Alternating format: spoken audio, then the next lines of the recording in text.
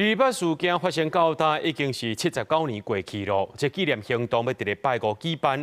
行动的召集人表示讲，希望透过每一个人的力量来影响到大家对历史的理解。准备参与的学生也表示讲，这个行动真有意义，让大家理解到台湾的过去，了解民主的珍贵。1947年的春天，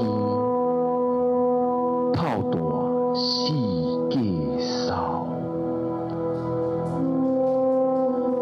老母找无后生，用手语表达诗，将79年前228事件发生的情形对外传达。今年的228游行，除了和过去同款，会用台语、客语和华语来念受害者的名单。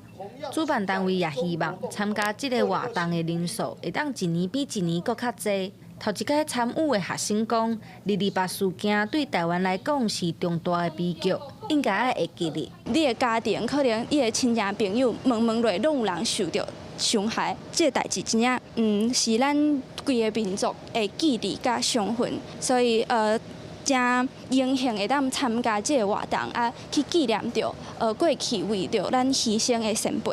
经过前一阵仔世纪血案电影的争议，艺人嘉英姐也把大文分享伊重新去认识台湾的过去，佮行动去看历史展览和国家人权博物馆。主办单位也希望大家爱真正理解过去，面对过去，互更较侪人关心台湾的历史。那很庆幸的，我们社会因为这件事情开始产生补课的效果。那这个补课效果由贾永杰。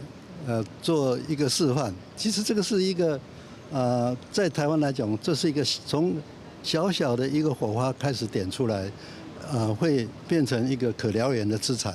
这届228.0的行动，呼吁爱继续落实转型正义，也呼吁立法者爱听到社会的声音，唔通制造对立，希望做伙建立台湾的主体性，共同来对抗外来的势力。